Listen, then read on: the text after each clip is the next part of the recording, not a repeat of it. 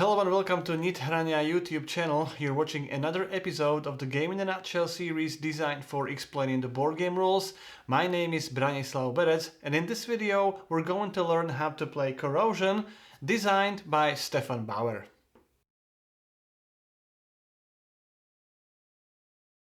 First, place this display board in the middle of the table, this side up. The other side is used for the solo game. Separate these Chrome machines by their type. These are basic machines with one graphics element at the bottom of the tile. These are advanced machines with two graphics elements. Shuffle each stack separately and place the stacks with this uncompleted side up with this red lamp, and take the top three tiles from each stack and place them into these A, B, C columns. Then take these engineer cards, set aside the cards with the letter on their back for the moment, then shuffle the deck of these qualified engineers and place them face up below the display. And then shuffle these one-shot machines and place them with this uncompleted side up with this red lamp here, and also all these turning machines. Again, take the top three cards and tiles from the stacks and place them below the display board. Leave some space nearby for the discard piles. Based on the player count, prepare the special points supply somewhere next to the Chrome machines.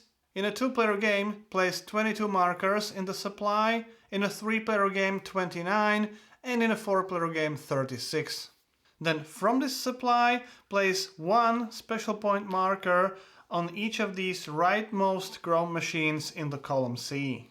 Then take the 8 award tokens with the letter A on their back, shuffle them, and randomly choose two more than the number of players in the game. So in a three-player game, you have to choose 5 tiles. Then from the remaining tiles, find the corresponding duplicates to each tile and place those duplicates next to their matching tiles. And finally, shuffle these watch tokens and randomly place one next to each tile, award tile with this chain. You can return all the unused award tiles, watch tokens and the special point tokens back to the box. Then each player takes one player board and the factory board, which is placed in the top right corner of the player board, and make sure you have enough space on all sides of that factory board. Then each player takes one set of starting engineers, those are cards with the same letter on their back. Take these cards into your hand and keep them hidden from other players. Again, return the unused sets back to the box. On the factory board, make sure that this letter X is pointing towards you, and take one small gear and medium gear and place them in the sector with the number 3 on your factory board. Take one chrome gear, which is in your personal supply, 3 green 1-point markers, then 2 water drops in this cold area of the boiler, and 1 water drop representing steam in this hot area of the boiler. Determine the starting player who will take this wrench token, and we're ready to start. In Corrosion, players are factory owners who build and run these machines. To build those machines, you will need gears, and there are small gears, medium gears, and then these chrome gears. Small and medium gears corrode, so you have to use them before this letter X on the corrosion wheel gets to the same segment as those gears. Chrome gears never corrode. You may also need some steam, which is represented by water drops in this hot area of the boiler, and when you use it, you move it down to the cold area where it represents the water in the boiler. There are 3 types of machines in the game. These are so-called turning machines. They run every time this corrosion wheel rotates to another segment.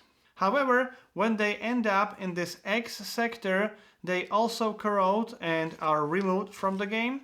Then we have these one-shot machines, which they have to be built first and flipped to the active side. And they're called one-shot machines because they run only once when they end up in this X sector. Then they're also discarded. Then there are 3 types of Chrome machines. They have specific triggers, but when they're built, they permanently remain on your player board until you place and build another machine of the same type on top of them. But each completed Chrome machine scores victory points at the end of the game. In Corrosion, Players take turns, starting with the first player and then continuing in a clockwise direction until the game ends. On your turn, you may perform the maintenance phase, then the main action, then another maintenance phase, and then the end of turn abilities. In the maintenance phase, you will use gears and also steam to build machines in your factory, and you may also use steam to speed up the items in your factory. You may also use steam to refresh the items in the display. Then if there is anything in this sector X, all the turning machines and the one-time machines are discarded and all the engineers are returned back to your hand. Then during the main action you have two options. You can either play an engineer card and perform the action on the card and other players may follow that action, or you may rotate this corrosion wheel, which activates all turning machines and all the one-time machines that are in the sector X. Turning the wheel may also activate some of the completed chrome machines. Then after the main action there is another maintenance phase. Again, everything from the sector X is either discarded or engineers are returned back to your hand. And then if you would have any abilities that are triggered at the end of the turn, they are triggered now.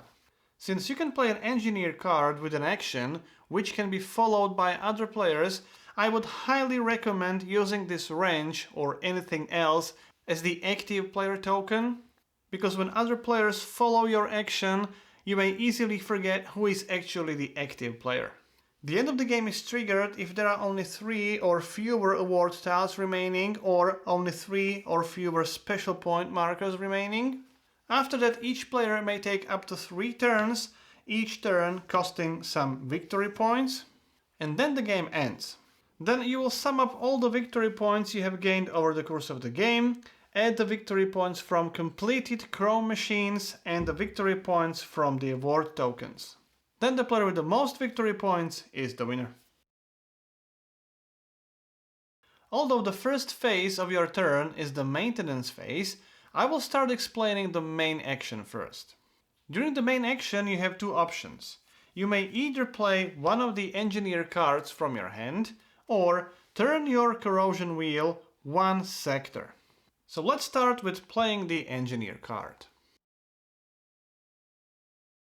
To play an engineer card, choose a card from your hand and place it in front of you and perform the action on that card. I'll cover those actions in a minute. Then other players may follow you if they wish to perform the same action, but to do that they must play the card with the same suit, same color, but with higher grade, higher number. They ignore the action on their card, they perform the action from your card. All players have a chance to do this and they do it in the clockwise direction.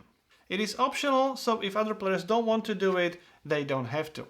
Then all players will place their engineer cards in their factory.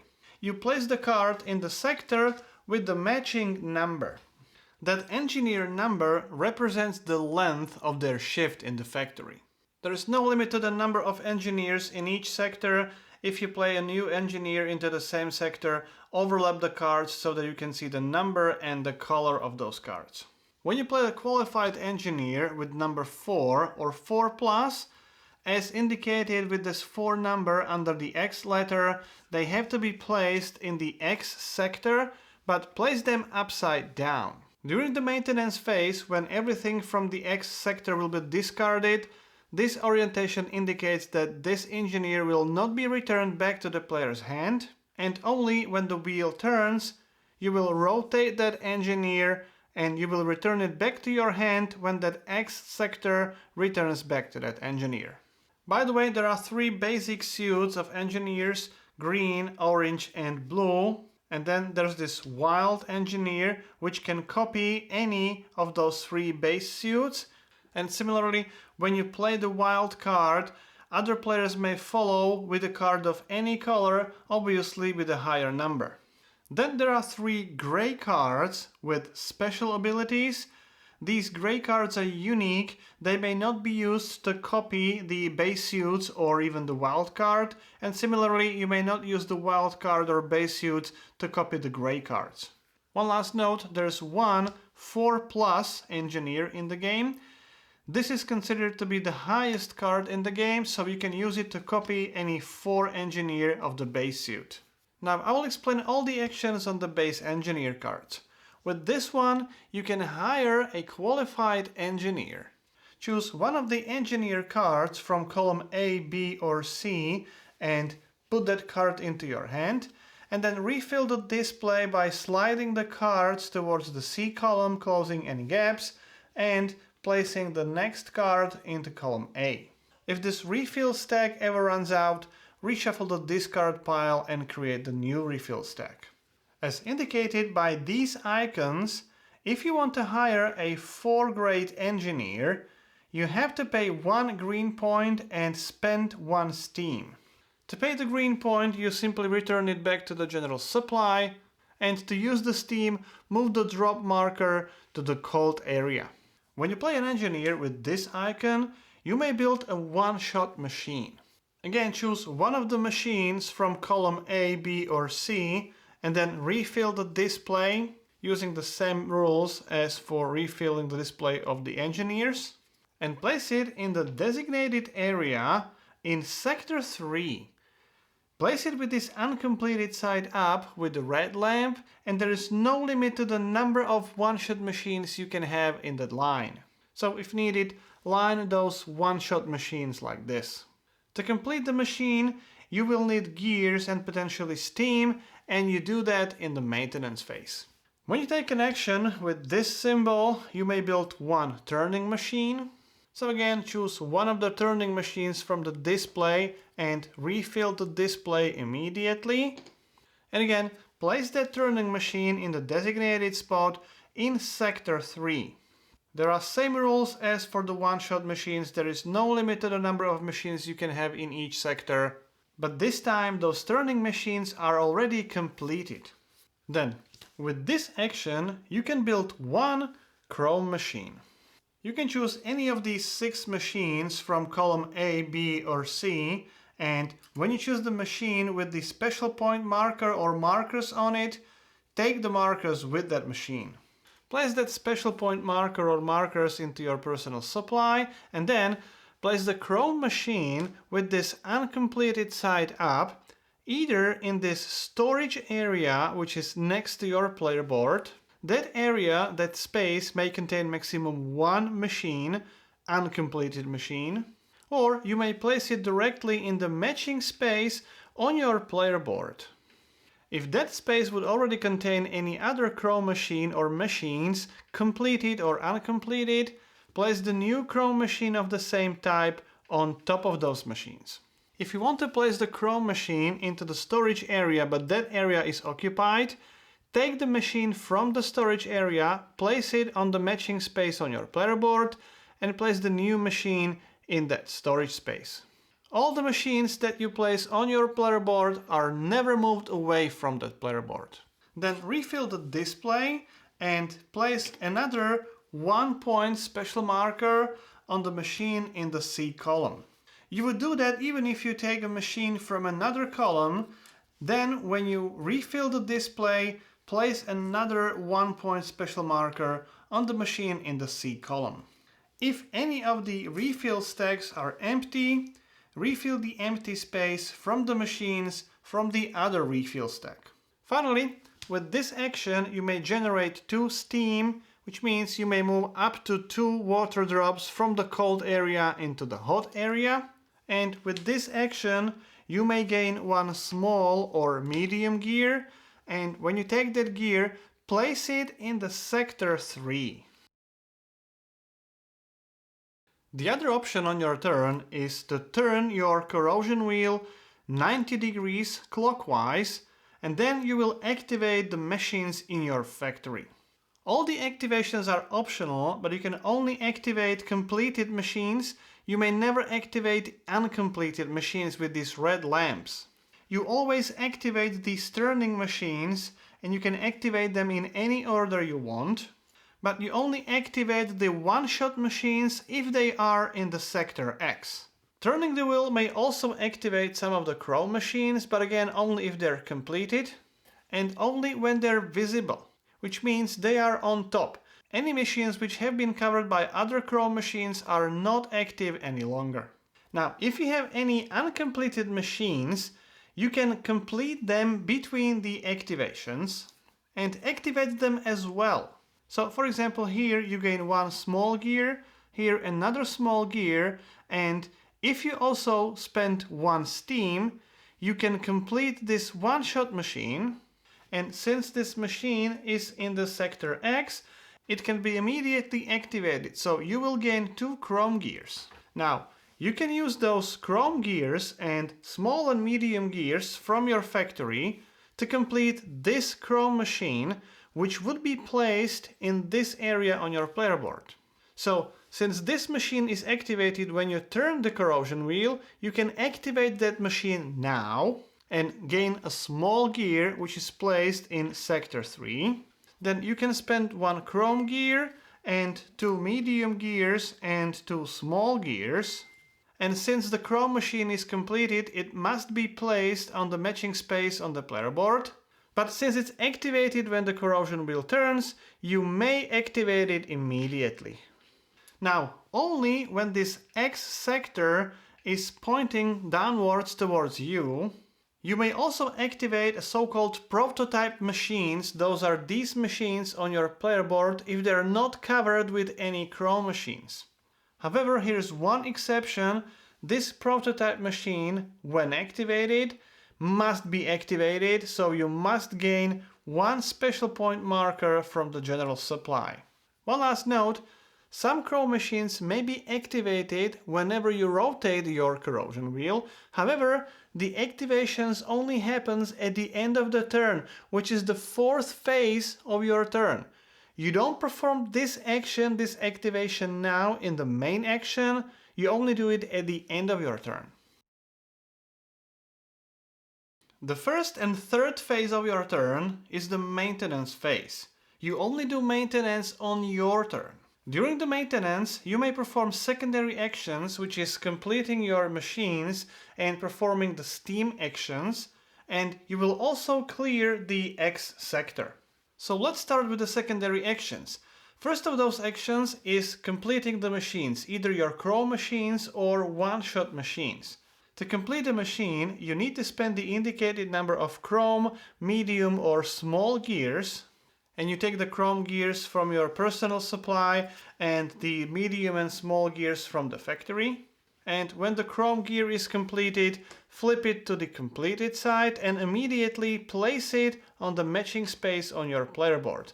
To complete some one-shot machines, you will also need to use steam, which means you move the drop marker from the hot area to the cold area. And in some cases, you may be required to discard 1 qualified engineer, either from your hand or from the factory. Remember, qualified engineers have this back, your starting engineers have the letter on their back. When you complete the one-shot machine, again flip it to the completed side and it will be activated when it gets to this X sector.